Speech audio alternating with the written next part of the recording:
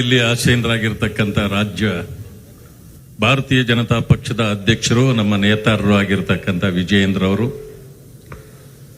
ವೇದಿಕೆಯಲ್ಲಿರ್ತಕ್ಕಂಥ ಎಲ್ಲ ನನ್ನ ಪಕ್ಷದ ಮುಖಂಡರೇ, ಸಭೆಯಲ್ಲಿ ಪಾಲ್ಗೊಂಡಿರ್ತಕ್ಕಂಥ ಕಾರ್ಯಕರ್ತ ಬಂಧುಗಳೇ, ಹಲವಾರು ಮುಖಂಡರುಗಳು ತಳಗಡೆನೂ ಕುಳಿತಿದ್ದೀರಿ, ಅಣ್ಣ ತಮ್ಮಂದ್ರೆ, ತಾಯಂದ್ರೆ, ಪತ್ರಿಕಾ ಮಾಧ್ಯಮದ ಮಿತ್ರರೇ, ರಾಜ್ಯದಲ್ಲಿ ಜನಾಕ್ರೋಶ ಇದೆ. ಆದ್ರೆ ಇವತ್ತಿಗೆ ಆ ಜನಾಕ್ರೋಶ ಸರ್ಕಾರದ ಮೇಲೆ ನಾವು ತೋರಿಸೋದಿಲ್ಲ. ಈಗ ಅದು ಪಾಕಿಸ್ತಾನದ ವಿರುದ್ಧ, ಅದರಲ್ಲೂ ಉಗ್ರಗಾಮಿಗಳ ವಿರುದ್ಧ ನಮ್ಮ ಭಾರತ ದೇಶದ ಜನಾಕ್ರೋಶವನ್ನ ತೋರಿಸ್ತಕ್ಕಂಥ ಸಂದರ್ಭ ಇದು. ಅದಕ್ಕೆ ಇವತ್ತಿನ ಜನಾಕ್ರೋಶ ನಮ್ಮದು ಪಾಕಿಸ್ತಾನದ ವಿರುದ್ಧವೇ ಹೊರತು ಇದು ರಾಜಕೀಯ ವೇದಿಕೆ ಆಗಲಿಲ್ಲ. ಇವತ್ತು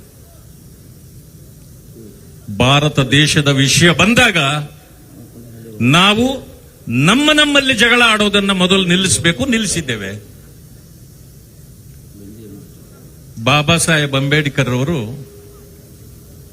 ಪಾರ್ಲಿಮೆಂಟ್ನಲ್ಲಿ ಒಂದು ಮಾತನ್ನು ಹೇಳಿದ್ರು, ಈ ದೇಶದಲ್ಲಿ ಶಾಂತಿ ನೆಲೆಸಬೇಕಾದ್ರೆ ಆರ್ಟಿಕಲ್ 370 ಇಡಬಾರದು ಅಂತ. ಅವರ ಮಾತನ್ನು ವಿರೋಧಿಸಿ ಅಂದಿನ ಪ್ರಧಾನಮಂತ್ರಿಗಳು ಅದನ್ನು ಮುಂದುವರಿಸಿದ್ರು. ಅಂದು ಪ್ರಾರಂಭವಾದ ಭಾರತೀಯ ಜನತಾ ಪಕ್ಷದ ಹೋರಾಟ ಆರ್ಟಿಕಲ್ 370 ತೆಗೆದು ಭಾರತ ದೇಶದಲ್ಲಿ ಶಾಂತಿ, ಕಾಶ್ಮೀರದಲ್ಲೂ ಶಾಂತಿ ನೆಲೆಸಬೇಕು ಅನ್ನೋದೇ ಉದ್ದೇಶವಾಗಿತ್ತು. ಅದನ್ನು ನಾವು ಈಗಾಗಲೇ ಪಡೆದಿದ್ದೇವೆ. ಕೆಲವರು ಈಗ ಪ್ರಾರಂಭ ಮಾಡಿದ್ದಾರೆ ಶಾಂತಿ ಕಾಪಾಡಿ, ಶಾಂತಿ ಕಾಪಾಡಿ ಅಂತ. ಇಲ್ಲ, ಕಾಪಾಡೋಣಪ್ಪ, ಶಾಂತಿ ನಮ್ಮದಲ್ಲದೆ ನಿಮ್ಮದೇ. ಶಾಂತಿಯನ್ನ ಕಾಪಾಡಬೇಕು. ಬಾಬಾ ಸಾಹೇಬ್ ಅಂಬೇಡ್ಕರ್ ಅವರು ಹೇಳಿರೋದು ಅದನ್ನೇ, ಭಾರತೀಯ ಜನತಾ ಪಕ್ಷ ಬಯಸೋದು ಅದನ್ನೇ. ಆದ್ರೆ ಹೇಳಿ, ಶಾಂತಿ ಕಾಪಾಡಬೇಕು ಅಂತ ತಾನೆ ಮೋದಿ ಅವರು ಪ್ರಧಾನಮಂತ್ರಿ ಆದ ತಕ್ಷಣ ಪಾಕಿಸ್ತಾನಕ್ಕೆ ಮಾತುಕತೆಗೆ ಹೋಗಿತ್ತು. ನೀವು ಹೇಳಿದ್ರಿ ಬಿರಿಯಾನಿ ತಿನ್ನಕ್ ಹೋಗಿದ್ರಿ ಅಲ್ಲ ಅಂತ ಇವತ್ತು ಕೇಳ್ತೀರಿ. ಪಾಪ ಆ ಮನುಷ್ಯ ಬಿರಿಯಾನಿನೇ ತಿನ್ನಲ್ಲ ನಮ್ಮ ಮೋದಿ ಅವರು ಸಸ್ಯಾಹಾರಿ. ನೀವೇ ಹೇಳ್ತೀರಿ ಮಶ್ರೂಮ್ ತಿಂತಾರೆ ಅವರಂತ ನೀವೇ ಹೇಳ್ತೀರಿ. ಕೊನೆಗೆ ಬಿರಿಯಾನಿ ತಿನ್ನಕ್ ಹೋಗಿದ್ರು ಅಂತೀರಿ. ಈ ಕೆಟ್ಟ ಹೆಸರನ್ನು ತಗೊಳ್ಬೇಕಾಗಿತ್ತು. ಯಾಕೆ ಗೊತ್ತಾ? ಶಾಂತಿ ನೆಲೆಸಬೇಕಾದ್ರೆ ಮೊದಲು ನಾವು ತಲೆಬಾಗಬೇಕು. ಆ ಕೆಲಸವನ್ನ ಮೋದಿಜಿಯವರು ಮಾಡಿದ್ರು. ತಲೆಬಾಗಿದ್ರು, ನೀವು ನಮ್ಮ ರಕ್ತ ಇರೋದನ್ನು ಬಿಡ್ಲಿಲ್ಲ. ಅದಕ್ಕೆ ಈಗ ತಲೆಬಾಗಿದ್ರೆ ಆಗಲ್ಲ, ತಲೆ ತೆಗಿಬೇಕಾಗಿದೆ ಉಗ್ರಗಾಮಿಗಳದು. ಆ ಕೆಲಸವನ್ನ ಇವತ್ತು ಮೋದಿಜಿಯವರು ಮಾಡಲಿಕ್ಕೆ ಹೊರಟಿರೋದು. ಯುದ್ಧ ಪ್ರಾರಂಭ ಆಗಿದೆಯಾ? ಯುದ್ಧ ಪ್ರಾರಂಭ ಆಗಿದೆಯಾ? ಸಂಪಂಗಿ ಅವರೇ, ಯುದ್ಧ ಪ್ರಾರಂಭ ಆಗಿದೆಯಾ? ಸ್ಟಾರ್ಟೇ ಆಗಿಲ್ಲ. ಯುದ್ಧ ಅಲ್ಲ ಇದು, ಇದು ಪ್ರಾರಂಭ. ಏನ್ ಪ್ರಾರಂಭ ಅಂದ್ರೆ, ಈ ಉಗ್ರಗಾಮಿಗಳು ಎಲ್ಲೆಲ್ಲಿ ಅಡಗಿ ಕುಳಿತಿದ್ದಾರೋ ಅವರನ್ನ ಟಾರ್ಗೆಟ್ ಮಾಡಿ ಅಲ್ಲಿಗೆ ಮಾತ್ರ ಹಾಕಿದ್ದಾರೆ. 9 ಕಡೆಯಲ್ಲಿ ಒಂದು 100 ಜನ ಸತ್ತಿದ್ದಾರೆ ಅಂತ ಈಗ ಮಾಹಿತಿ ಇದೆ. ಇದಿನ್ನೂ ಯುದ್ಧ ಪ್ರಾರಂಭ ಅಲ್ಲ. ಪ್ರಾರಂಭ ಆದ್ರೆ ಪಾಪ ಅಲ್ಲಿ POK-ನಲ್ಲಿರೋರು ಹೇಳ್ತಿದ್ದಾರೆ, ದಯವಿಟ್ಟು ನಮ್ಮನ್ನ ಪಾಕಿಸ್ತಾನಕ್ಕೆ ಸೇರಿಸಬೇಡಿ, ಭಾರತಕ್ಕೆ ಸೇರಿಸ್ಕೊಳ್ಳಿ ಅಂತ. ಬಲೂಚಿಸ್ತಾನದವರು ಪಾಕಿಸ್ತಾನದ ಮೇಲೆ ಬೀಳ್ತಾವ್ರೆ.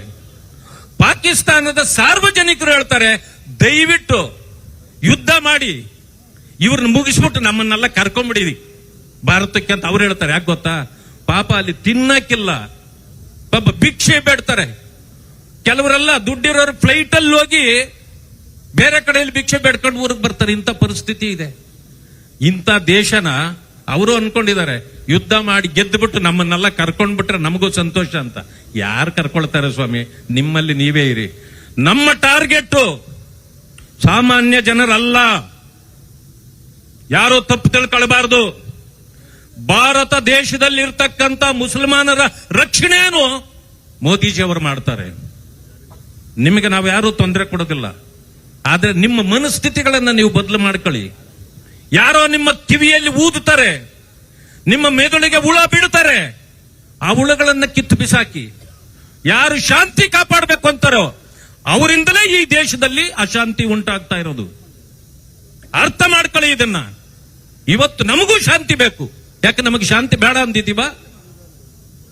ಆದ್ರೆ ಯಾರ್ಯಾರು ಇವತ್ತು ಕೆಟ್ಟ ರೀತಿಯಲ್ಲಿ ನಡ್ಕೊಳ್ತಿದ್ದೀರಿ, ಯಾವುದೇ ಪಕ್ಷದವರಾಗಿರಲಿ, ನಿಮಗೇನಾದ್ರೂ ಗೌರವ ಇದ್ರೆ, ಈ ಭಾರತ ದೇಶ ಶಾಂತಿಯಾಗಿರ್ಬೇಕಂದ್ರೆ ಎಲ್ಲರೂ ಕೂಡ ತಳಗಿಂದ ಮೇಲಿಂದ ತಳಗಡೆವರೆಗೂ ಎಲ್ಲಾ ರಂಧ್ರಗಳನ್ನು ಮುಚ್ಕೊಳ್ಳಿ ಸ್ವಲ್ಪ ದಿವಸ. ಮೋದಿಜಿಯವರು ಶಾಂತಿ ಕಾಪಾಡ್ಲಿವ ಕೆಲಸವನ್ನು ಮಾಡ್ತಿದ್ದಾರೆ, ಅವ್ರು ಮಾಡ್ಲಿಕ್ಕೆ ಬಿಡಿ. ಅದನ್ನು ಬಿಟ್ಟು ಕೊಂಕು ಭಾಷೆ ಬಿಟ್ಟು ಬಿಡಿ. ಯುದ್ಧ ನಮಗೆ ಬೇಡ, ನಾವು ಯುದ್ಧದ ಪರ ಅಲ್ಲ ಅಂದ್ರಿ, ನಾವು ಸಹಿಸ್ಕೊಳ್ಬೇಕಾಯ್ತಲ್ಲ.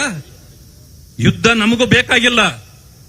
ಆದ್ರೆ ತಿಳ್ಕೊಳ್ಳಿ, ಇವತ್ತು ಹೆಣ್ಣು ಮಕ್ಕಳನ್ನ ಈ ಮುಂದೆ ಇಟ್ಟು ಅವರ ಗಂಡಂದಿರನ್ನ ನೀವು ಸಾಯಿಸಿದ್ರಲ್ಲ, ಅವರ ಸಿಂಧೂರವನ್ನ ಕಿತ್ಕೊಂಡ್ರಲ್ಲ, ಅದಕ್ಕೆ ಮೋದಿಜಿಯವರು ಇವತ್ತು ಆ ಸಿಂಧೂರದ ಹೆಸರಿನಲ್ಲೇ ಟಾರ್ಗೆಟ್ ಮಾಡಿ ಇವತ್ತು ನಿಮ್ಮ ಅಡುಗುದಾಣಗಳ ಮೇಲೆ ಮಾತ್ರ ಅಟ್ಯಾಕ್ ಮಾಡಿದ್ದಾರೆ.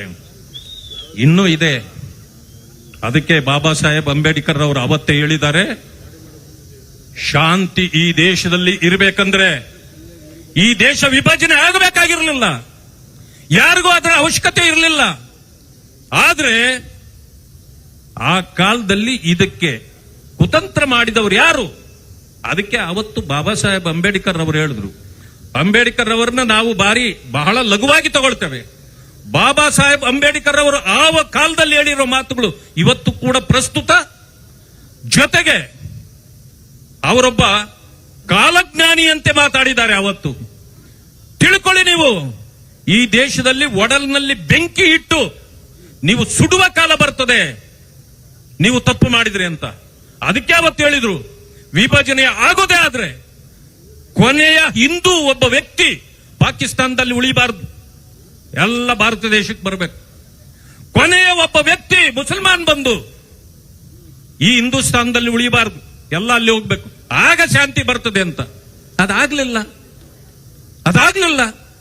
ಅದರಿಂದ ಇವತ್ತು ಅಶಾಂತಿಯನ್ನು ನಾವು ನೋಡಬೇಕಾಗಿದೆ. ಇವತ್ತು ತಮ್ಮ ಮೂಲಕ ಯಾರ್ಯಾರು ಪಾಕಿಸ್ತಾನದ ಮನಸ್ಥಿತಿಗಳನ್ನ ಇಟ್ಟು ಭಾರತ ದೇಶದಲ್ಲಿದ್ದೀರಿ, ನಿಮ್ಮ ಮನಸ್ಥಿತಿಗಳನ್ನು ಬದಲಾಯಿಸ್ಕೊಳ್ಳಿ. ನಮಗೂ ಗೊತ್ತಿದೆ, ಪಾಕಿಸ್ತಾನದವರಿಗೆ ಶಕ್ತಿ ಎಲ್ಲಿದೆ ಅಂದ್ರೆ ಅದು ಭಾರತ ದೇಶದಲ್ಲಿದೆ.